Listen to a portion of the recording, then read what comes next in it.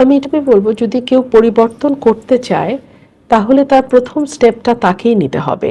আর কেউ তার জন্য হয়ে পরিবর্তন করে দিবে এটার জন্য যেন সে অপেক্ষা না করে। তাকে তার নিজের উপর বিশ্বাস থাকতে হবে, সততা থাকতে হবে, নিজের কাছে নিজের পরিষ্কার থাকতে হবে আমি কি চাই, এবং এইটুকু অ্যাচিভ করবার জন্য আসলে আমি কতটুকু ত্যাগ স্বীকার করতে প্রস্তুত, এই বিষয়গুলো পরিষ্কার থাকতে হবে। আর সততার আসলে এটার আর কোনো অল্টারনেটিভ নাই। নিজের কাছে এবং অপরের কাছে আপনি সৎ থাকেন এবং নিজের যোগ্যতার উপরে আস্থা রাখেন। প্লিজ অন্য কোনো শর্টকাটে যাবেন না, কারণ শর্টকাটে হয়তো আপাতত একটা কিছু হচ্ছে, এটা কখনোই আপনাকে একটা সিমেন্টেড দেবে না, প্ল্যাটফর্ম দেবে না। আপনাকে যদি একটা স্থায়ী প্ল্যাটফর্ম করতে হয়, আপনি লম্বা পথটা নেন, কিন্তু পরিশ্রমের পথটা নেন, শর্টকাটে কখনো যাবেন না। বেঁচে পাওয়াটা আমরা শেষ করে দিছি, কিন্তু আমি এতক্ষণ যেহেতু আপনার সাথে কথা বলতেছিলাম, সেই জন্য আমি এদেরকে ছাড়া আর দেখি নাই, আমাদের মানে মন্তব্যগুলি একটু দেখি না আমরা, একটু আপনি যদি একটু অনুমতি দেন তাহলে একটু মন্তব্যগুলি একটু দেখি। একটা মন্তব্য অনেকবার দেখতে পাচ্ছি, খালেদ ভাই তারেক রহমানকে প্রশ্ন করতে আপনি যেরকম নতুজানো হয়েছিলেন, তারপর আপনার সাংবাদিকতার নৈতিকতা কতটুকু থাকে তা জানাবেন। সাংবাদিকতা নৈতিকতা থাকে কারণ আমি নতুজানো হই নাই, মানে আপনার কাছে মনে হয়েছে যে সেটা তো আপনি বলতেই পারেন। আরেকটা হচ্ছে যে এরকম কথাই বারবার বলতেছেন, আপনি বিএনপির দেখা থেকে সংবিধান সংস্কার পরিষদের সদস্য হিসেবে প্রশ্ন করেছেন, এই প্রশ্নের জবাব আপনি অনেকটা দিয়েছেন। এইটা আপনি একটু কথা বলতে পারেন যে সেটা হচ্ছে সরকারের, উনি একটা কথা বলেছেন, আমি আসলে এটার সাথে মিলিয়ে একটা কথা বলতে চাই, যে উনি বলতেছেন, সবুজ হোসেন খালেদ ভাই, আমি একটা পরিকল্পনা করেছি, সেটা হচ্ছে সরকারে তো অনেক ঋণ, তাই 20-25 জন একটা টিম করে কিছু টাকা উঠাতে চায়, যা ফ্যামিলি কার্ড বা কৃষক কার্ডে সেই টাকা বড় ভূমিকা রাখবে। এই ফ্যামিলি কার্ড সম্পর্কে আপনি কি মনে করেন? আরেকটা প্রশ্ন হচ্ছে, রুমিন ফারহানার কি মন্ত্রী অসমান আছে কিনা, এটাও আমি আসলে আগে এই কথা আপনি বলেছেন কি, মানে আমি আপনার কাছে এটা জানতে চাইবো যে ফ্যামিলি কার্ড বা সোশ্যাল সেফটি নেট হিসাবে বিএনপি একটা কিছু উদ্যোগ নিয়েছে, কেউ কেউ বলছে, মানে আজকে কোথা থেকে দেখলাম যে ঈদের আগেও কিছু ফ্যামিলি কার্ডের ব্যাপারে, এইটা আপনার কাছে এটা প্রজেক্ট হিসেবে বা হিসেবে কতটা? নিঃসন্দেহে ভালো উদ্যোগ, কিন্তু কয়েকটা প্রশ্ন থেকে যায়। এক হচ্ছে, আমাদের অলরেডি বিধবা ভাতা, বয়স্ক ভাতা, প্রতিবন্ধী ভাতা ব্যবস্থা চালু আছে। এখন এই ফ্যামিলি কার্ডের পাশাপাশি ওটাও চলবে কিনা, নাকি ফ্যামিলি কার্ড হলে ওটা আর পাবে না? আচ্ছা, এক। দুই হলো, ফ্যামিলি থাকলেই ফ্যামিলি কার্ড পাবে, এটা একমাত্র ক্রাইটেরিয়া। তাহলে যেই ভদ্রমহিলা বিধবা, নিঃসন্তান, একা থাকেন, বয়স্ক, তিনি তার কার্ডটা আসলে কিভাবে, কোন ক্রাইটেরিয়াতে পাবেন, এই বিষয়টা বড় স্পষ্টতা রয়েছে, এবং একটা হিউজ, প্রায় 1 লক্ষ কোটি টাকা, কতগুলো কার্ড দিলে যেন আজকে সিপিডি গতকালকে বলছিল, আমি শুনছিলাম, মানে হিউজ একটা বার্ডেন আসতেছে সরকারের উপরে। আমাদের এই অর্থনীতির অবস্থার মধ্যে এটা আমরা নিতে পারবো কিনা, এবং যেহেতু ফ্যামিলি কার্ডের সঙ্গে অর্থনীতি সরাসরি যুক্ত, আজকে আমি খবরে দেখছিলাম প্রতিটা নিত্য পণ্যের দাম বেশ অনেকখানি বেড়ে গেছে রমজানের প্রথম দিনে।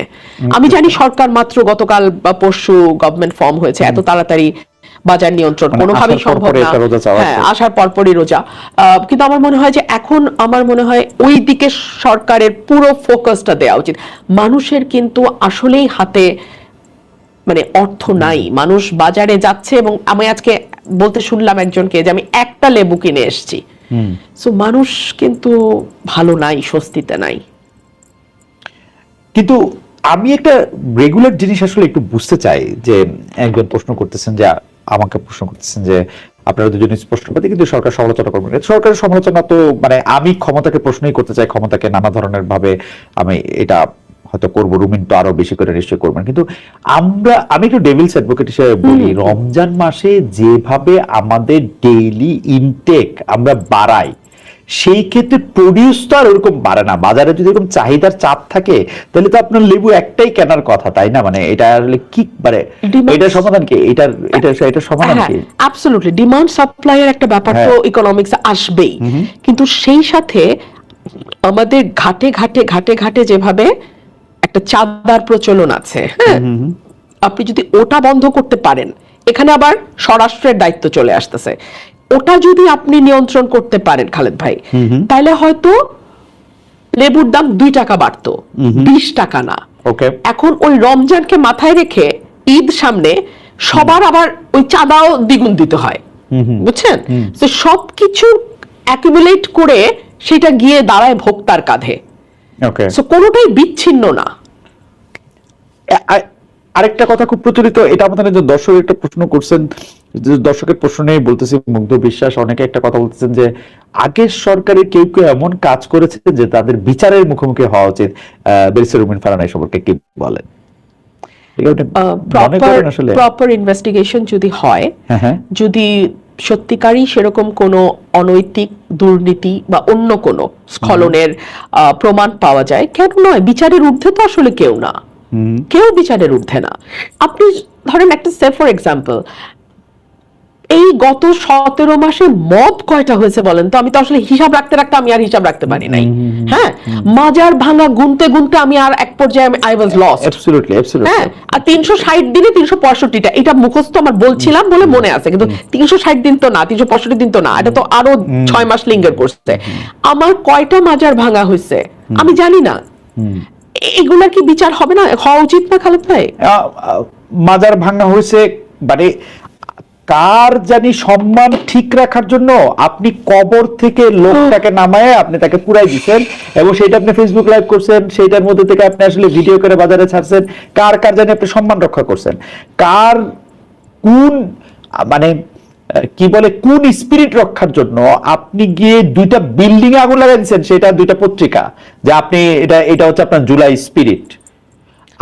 আপনি মানে এইগুলি তো আসলে আমি জানি না, মানে এইগুলি যারা করছে, যারা উস্কাইছে, এবং তবে আমি মনে করি আপনার মত তো আমি জানতে চাওয়ার আগে আমি একটু মনে করি যে আমি কিন্তু সবসময় মনে করি যে আমার রাইট প্রোটেক্ট করাটা অত একটা বড় ব্যাপার না, এটা যে কোনো প্রাণীর একটা ইনস্টিংক্ট। আমি আমার রাইট প্রোটেক্ট করতে পারি, আমি যতক্ষণ পর্যন্ত আমার বিরুদ্ধ মতের পক্ষের রাইট প্রোটেক্ট করার উদ্যোগ নিতেছি ততক্ষণ পর্যন্ত আমি হচ্ছে একটু গণতান্ত্রিক। এইটা কি বাংলাদেশে বাংলাদেশের মানুষ কি কখনো বুঝবে যে আমার প্রতিপক্ষের রাইট আমার প্রোটেক্ট করতে হয়?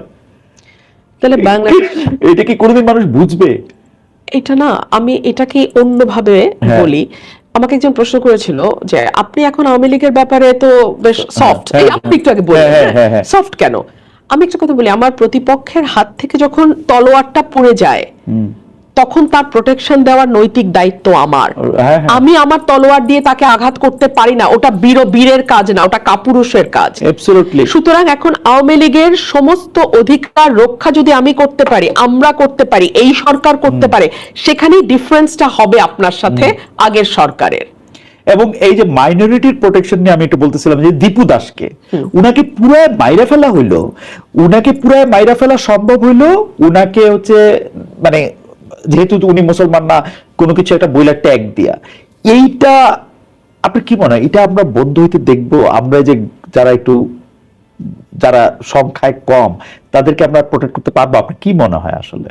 আমাদের খুব শক্ত একজন শাসক দরকার, এবং জিয়াউর রহমান সাহেবের মতন একজন শাসক দরকার আমাদের, যিনি ব্যক্তিগত হিসাব, লোভ, লালসা, ক্ষমতা এই সকল কিছুর ঊর্ধ্বে উঠে দেশটাকে ভালোবেসে দেশটাকে ট্র্যাকে আনার চেষ্টা করবেন। এইটুকুই আমি বলতে পারি। বারবার একটা কথা বলা হয় যে আমাদের আওয়ামী লীগের সময় মানে আগে সরকারের সময় আমরা নামাজ পড়তে পারি নাই, আমাদেরকে এই করা হয়েছে। আমার কাছে তো মানে দু একটা আমি কোনো কিছু নিয়ে তর্ক করতে চাই না, কিন্তু ঘটনা হইতেছে যে আমারে কোনো কিছু করতে দেওয়া হয় নাই, এই জন্য আমি তো আরো বেশি করে এই সময় এসে করতে দিব। এইটা কি আমাদের কোনো ক্যাম্পেইন করার কোনো কিছু বোঝানোর? আপনি তো এবার হাটে মাঠে ঘাটে ঘুরলেন, আপনার যে কি মনে হলো এটা কি মানুষ বোঝে? মানে বাংলাদেশের যে গ্রামগুলির কথা আপনি বললেন, সেই গ্রামের মানুষেরা কি তাদের মানে অন্য ধর্মের ভাইদের বা অন্য বিশ্বাসের মানুষদের প্রোটেক্ট করে? আমি আমার এলাকায় দেখেছি একেবারে সাধারণ মানুষ কিন্তু স্বচ্ছ এবং পরিষ্কার এবং তারা সৎ। আমার এলাকায় সন্ধ্যা হলেই নিয়মিত ওয়াজ হবে, হ্যাঁ, তারপরে 9টা 10টা থেকে রাত্র 3টা পর্যন্ত কীর্তন হবে।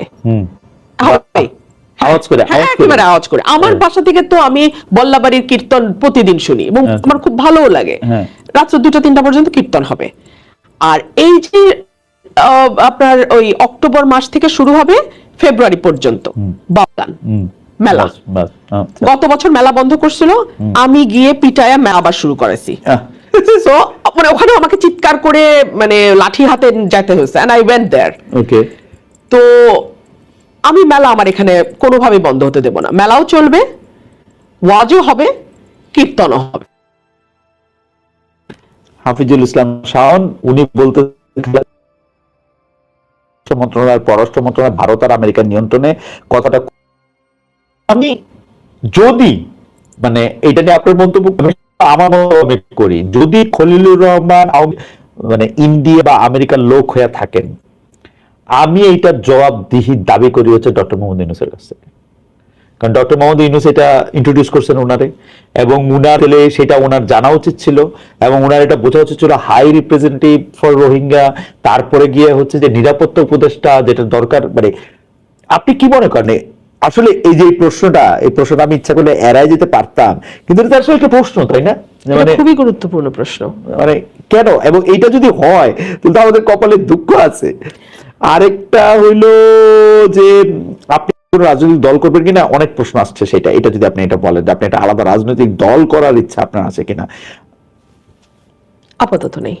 এইটার কারণটা একটু বলবেন যে আপনি কেন রাজনৈতিক দল না করে একটু ইন্ডিভিজুয়াল জায়গা থেকে জিনিসটা আপনি চিন্তা করতেছেন? আপনি এলাকার আপনার কথা শুনেও কিন্তু আমার কাছে মনে হচ্ছে আপনার চোখের সামনে আপনার গ্রাম, আপনার কনস্টিটিউশন এটা ভাসতেছে। এটা কারণটা কি, মানে মাত্র আসছেন সেখান থেকে, ওদের কথা খুব জলজল করবে, মানে সারা দেশের প্রেক্ষিতে আপনি কিছু করতে চান না এই মুহূর্তে? না, কেন না, আমি আপনাকে বলি, 5ই আগস্টের পর আমরা অনেক স্বপ্ন দেখেছিলাম একটা নতুন ধারার রাজনীতি, তাই না? কি দেখলাম? চাঁদাবাজিতে গিয়ে সেটা শেষ হলো। 10 লাখ টাকা চাঁদাবাজি, না দিলে মব, তৌহিদি জনতা গিয়ে মেয়েরা মাথায় ওড়না দিল না এটা নিয়ে চেঁচামেচি, এটাতে তো দেখলাম আমরা, তাই না? আমি আপনাকে বলি, দেশে আজকের এই অবস্থার পেছনে আমাদের আত্মীয় স্বজনদের অনেক দায় আছে। এটা আমি সবসময় বলি। কিরকম? শিক্ষিত মধ্যবিত্ত বলতে যেটা বোঝায় কালচার্ড এডুকেটেড মিডল ক্লাস, তারা একটা বড় অংশ ব্রেইন ড্রেইন হয়ে দেশের বাইরে চলে গেছে। নাই, আমার পরিবারে আমি আর আমার আম্মার বয়স 90 আর আমি, সেই যে গত 60-70 বছর ধরে তারা বিদেশে পাড়ি জমানো শুরু করলেন শীতের পাখিরা, ওনারা কিন্তু আর দেশমুখী হলেন না। ওখানে ওনারা নিরাপদ জীবন যাপন করছেন। এখন বাংলাদেশে যারা রাজনীতিতে আসতে চাচ্ছে, বিশেষ করে তাদের ওই ভয়াবহ লোভের ক্ষুধা, ওই আগুন আমার পক্ষে মেটানো সম্ভব না। ওই দলের পরিণতি আরেকটা এরকমই হবে। ও সুতরাং আমি ভাই আমার এলাকার মানুষকে নিয়ে ওদের জন্য আমি কাজ করতে চাই। আমার অত বড় স্বপ্ন না, আমার স্বপ্ন ছোট। পাঠকদের প্রশ্ন থেকে এইটা একটা প্রশ্ন, এটা আমার মনে এই প্রশ্নটা ছিল যে শিক্ষা ব্যবস্থা বা পাঠ্যক্রম, পড়ার বই এভাবে শেখানো হইতেছে, এইটা আপনি কিরকম দেখেন? মানে এটা তো একটা মেসিভ সংস্কার হওয়া দরকার, কিন্তু আমরা দেখতেছি যে এইটা সংস্কার হওয়ার সময় এটাকে একটা পলিটিক্যাল লেন্সে দেখা হচ্ছে। এখন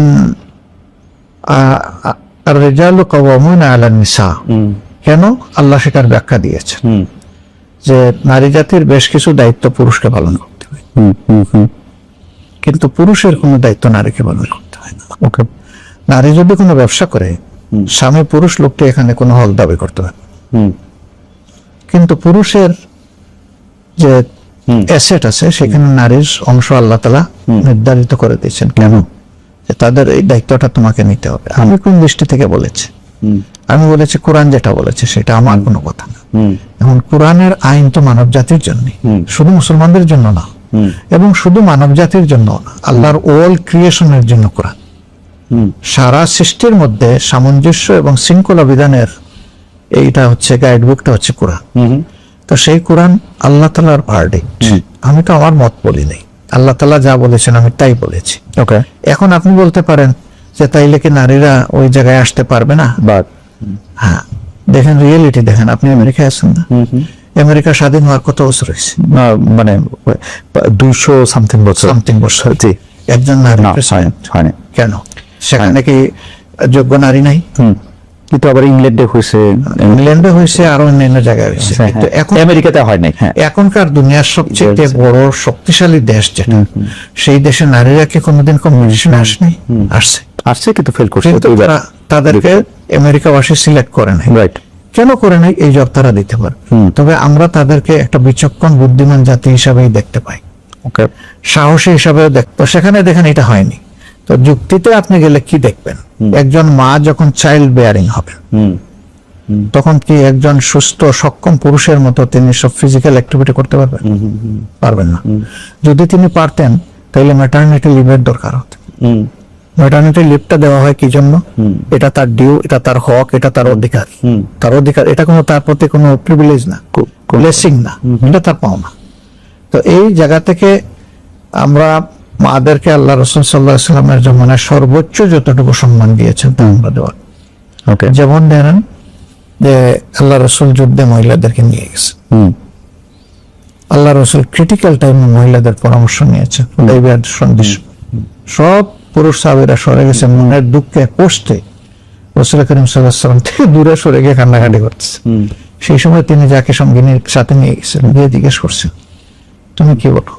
বলছে, আপনি কি আপনার সঙ্গীদের উপর আস্থা হারিয়ে ফেলেছেন? আল্লাহ রাসূল, কোনো কারণ নাই, আপনি যা করার জন্য তাদেরকে বলছেন আপনি আগে সেটা শুরু করে দেন, দেখবেন সবগুলো আপনাকে ফলো করবে। এবং এক্স্যাক্টলি তাই হয়েছে। তো দেখেন কত ক্রিটিক্যাল টাইম ছিল। তো আপনি যদি আমাদের দর্শকদের জন্য একটু পরিষ্কার করতেন, উনি কি তার কোনো আত্মীয় ছিলেন নাকি? না, আত্মীয় কোনো, তার স্ত্রী।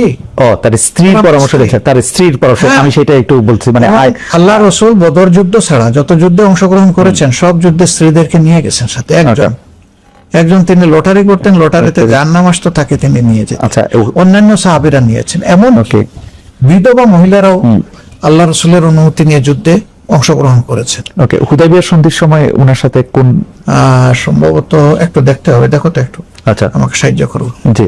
তো ধরেন, আচ্ছা, মানে উনি এরপরে ওহুদের যুদ্ধে দেখেন, ওহুদের যুদ্ধের সময় সবচেয়ে ক্রিটিক্যাল টাইমে রাসূলের প্রতিপক্ষ যারা ছিলেন তারা কিন্তু একদম কাছে, একদম হাত দিয়ে ছোঁয়ার জায়গায় চলে আসছে।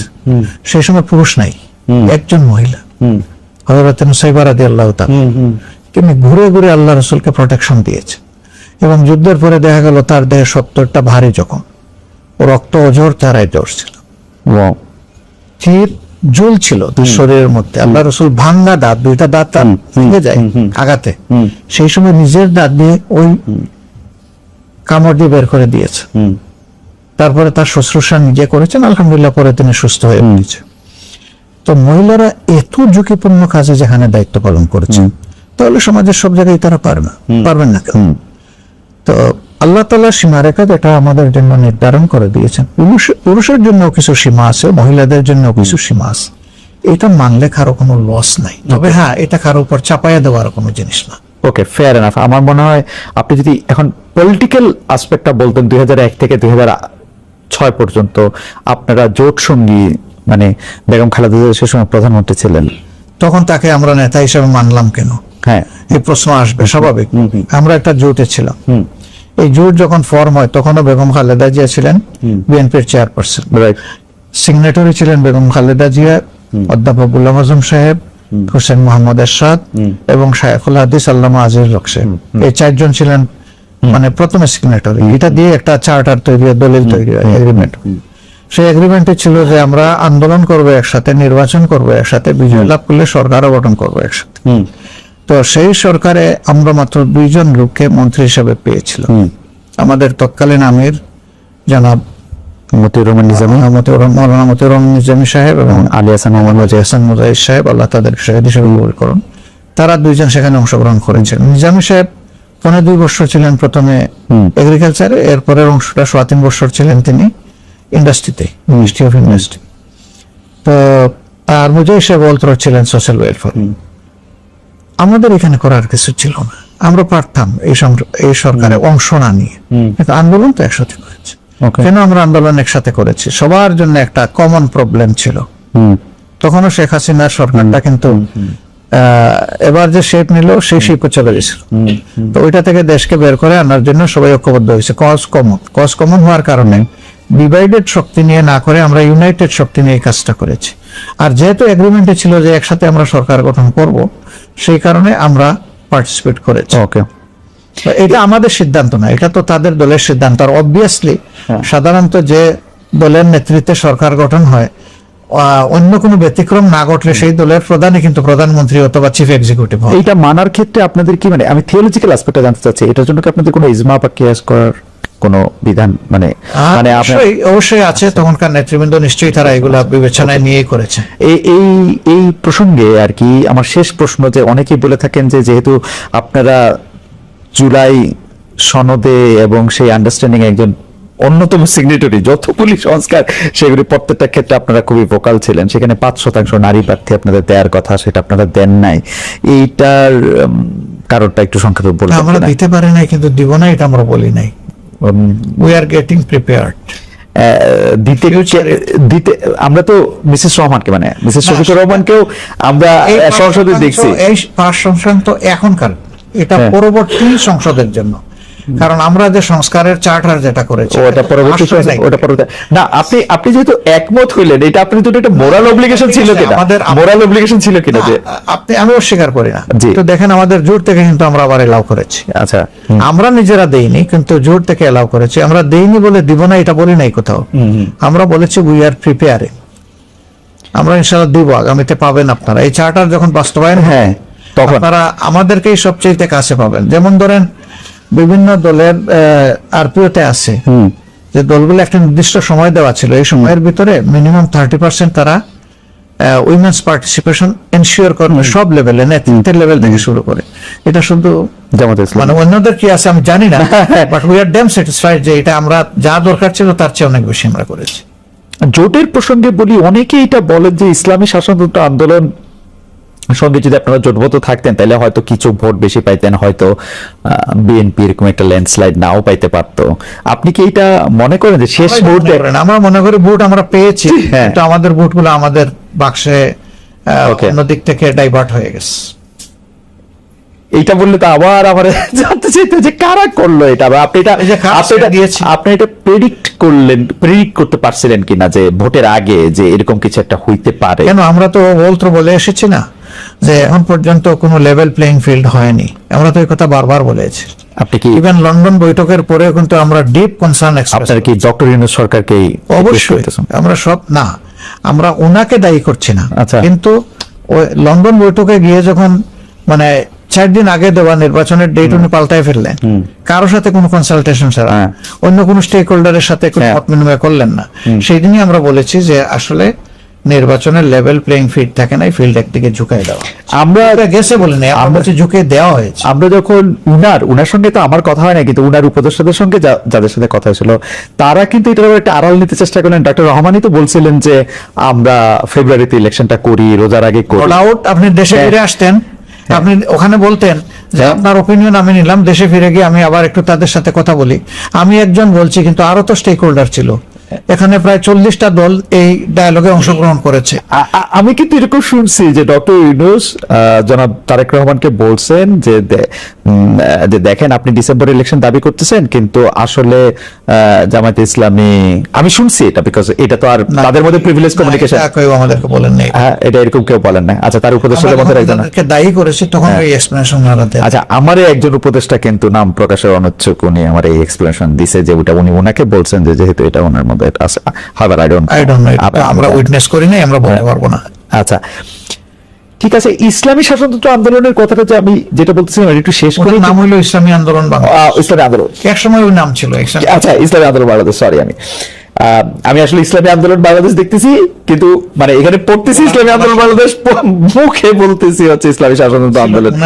হ্যাঁ, আমি যেটা বলতে চাইতেছিলাম যে আপনি কিন্তু একটা জায়গায় এটা আপনাকে খুব সুন্দর করে আপনি বলছিলেন যে সব এক বাক্সে ভোট আসুক ইসলামী দলগুলোর। তো আমার প্রশ্ন এখানে দুইটা, আসলে এইটা আসলে সম্ভব হলো না কেন? এক, দুই হচ্ছে আমরা কিন্তু হেফাজতে ইসলামের মুরব্বী যিনি জনাব বাবুনগরী, উনাকে দেখলাম যে উনি খুব শক্ত ভাষায় আপনাদের সমালোচনা করতেছেন। এইটা আপনি আসলে কিভাবে দেখছেন?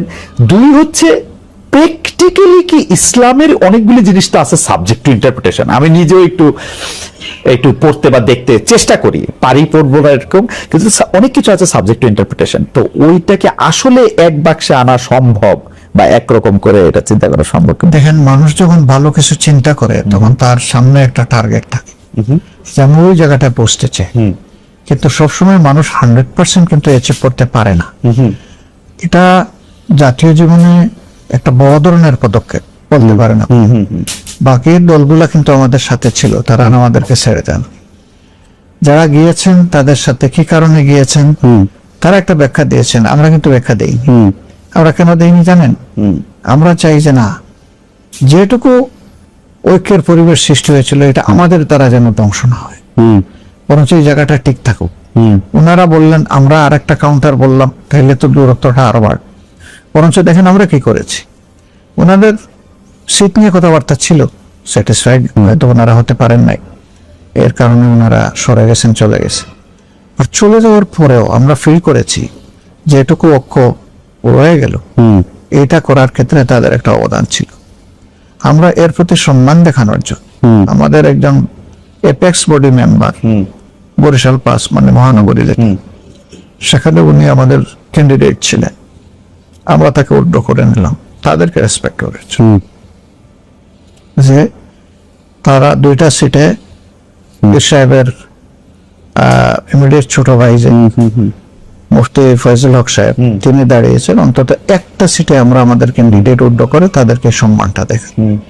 আমরা কিন্তু ওইটুকু করেছি। আর এরপরে ওনারা কি বলেছেন সেটা ওনাদেরকে, ওকে, আমরা কিন্তু এই বিতর্কে যাইনি। এবার আসেন বাবু নগর সাহেব, উনি বলছেন জামাত ইসলামের ভোট দেওয়া হারাম। আপনি শুনে আশ্চর্য হবেন, যখন গত উপদেষ্টা পরিষদ গঠন হয়, আমরা ছাত্ররা আমাদেরকে জিজ্ঞেস করছে যে আপনারা কোন তালিকা দিবেন? আমরা তালিকা দেব, তোমাদের পরে আমাদের আস্থা আছে, তোমরা যা ভালো মনে করো তাই করো, আমরা কোন তালিকা দিইনি। আপনাদের তালিকায় কেউ উপদেষ্টা ছিল? আমরা কোনো তালিকা দিই নাই, তালিকায় উপদেষ্টা হবে কেন? কিন্তু একটা ব্যতিক্রম আছে। একটা সময় গিয়ে তারা বললো যে যেহেতু আপনারা এই দেশের সবচেয়ে বড় মানে ধর্মীয় রাজনৈতিক সংগঠন, ইসলামী সংগঠন, আমরা একজন আলেম নিতে চাই, সেই ব্যাপারে আপনারা একজন মানুষের নাম আমাদের আমাদের এফএক্স বডিতে আলোচনা করে বাবু নগরী সাহেব এর আগে আমাদের বিরুদ্ধে বক্তব্য দিয়েছে, তো আমরা তার নামটা দিয়েছি। আমরা তার নাম দেওয়ার পরে এটা কি আপনার একটা স্ট্র্যাটেজি যে আপনি শত্রুকে কাছে রাখতে চাইছেন? এরকম কিছু আমরা দিয়েছি যে হেফাজতে ইসলাম একটা ব্রডার আমব্রেলা। আচ্ছা, এবং তিনি এই দেশের একজন প্রবীণতম, হ্যাঁ উনি 90 বেশি, হ্যাঁ, ওনার প্রতি সেই সম্মানবোধটা রেখে আমরা ওনার নাম বলেছিলাম। তারা সাথে সাথে চেক করে বলছে যে ওনার যে বয়স এবং ফিজিক্যাল কন্ডিশন, তিনি এই প্রেশার নিতে পারবেন না, আপনারা অল্টারনেটিভ কাউকে বলুন। আমরা বলছি যে প্রথম নামের সুপারিশ এখন তোমরাই চলতে, এরপর আপনারা তোমাদের মতো করে করো। তারা একটু চিন্তা টিন্তা করেছে, আমাদের সাথে পরামর্শ করেছে, আমরা বলছি ওকে ওয়েল তোমরা আগাইতে পারো, অসুবিধা। কিন্তু আমরা যদি আসলে এই সমস্ত বিতর্কে জড়ায় যাই আর সেই সমস্ত আলিমুল আমাদের কথার জবাব দিতে যাই, আমাদের নিজেদেরই খারাপ লাগে। এই পলিসি আমাদের নাই। প্রিয় দর্শক, আসসালামু আলাইকুম, সবাইকে আজকের ভিডিওতে স্বাগতম। তো এতক্ষণ খালিদ মহিউদ্দিন এবং ব্যারিস্টার রুমিন ফারহানা এবং সাথে আমিরে জামাত ডক্টর শফিকুর রহমান ছিলেন। তো তারা বিভিন্ন বিষয় নিয়ে আলোচনা করছেন। গত নির্বাচন সম্পর্কে আলোচনা করছেন, যেখানে জামাত মোটামুটি আকার একটি ভালো সংখ্যক সিট তারা পেয়েছেন এবং রুমিন ফারহানা কিন্তু একাই স্বতন্ত্র প্রার্থী হয়েও সে কিন্তু সেখান থেকে নির্বাচিত হয়েছে এবং তার যে একটা জনপ্রিয়তা আছে সেই জনপ্রিয়তা কিন্তু সে দেখিয়ে দিতে পারছে। তো সেই পরিপ্রেক্ষিতে কিন্তু বড় বড় কিছু দল রুমিন ফারহানাকে চাপ দেওয়ার চেষ্টা করতেছে এবং রুমিন ফারহানা কিন্তু দমে যাওয়ার মেয়ে নয়, সে কিন্তু বারবার দেখিয়ে দিয়েছে যে কিভাবে শত্রুর চোখে চোখ রেখে কথা বলতে হয় এবং শত্রুর সাথে কিভাবে পাঙ্গা নিতে হয়, সেই বিষয়টি কিন্তু রুমিন ফারহানা বারবার দেখিয়ে দিয়েছে। প্রিয় দর্শক, আজকের এই বক্তব্য, আজকের এই টক শো আপনাদের কাছে কেমন লেগেছে সেটি অবশ্যই কমেন্ট বক্সে জানাবেন। আপনি যদি একটি কমেন্ট করে জানান, আপনার ওই কমেন্ট আরেকজন এসে পড়বে, সে কিন্তু কিছু শিখতে পারবে, কিছু জানতে পারবে এবং আপনার চিন্তা ভাবনার ভিতর যদি কোনো প্রকার ভুল থেকে থাকে সেটিও কিন্তু ধরিয়ে দিতে পারবে, অতএব আপনি শুধরে নিতে পারবেন। তো যাই হোক, আজকের মতো এখানে শেষ করলাম, আবার দেখা হবে নতুন কোনো ভিডিওতে। সেই পর্যন্ত ভালো থাকবেন, সুস্থ থাকবেন। যারা যারা এখনও আমাদের এই ইউটিউব চ্যানেলটিকে সাবস্ক্রাইব করেননি, একটি সাবস্ক্রাইব করে দিবেন। ভালো থাকবেন, সুস্থ থাকবেন। আল্লাহ হাফেজ।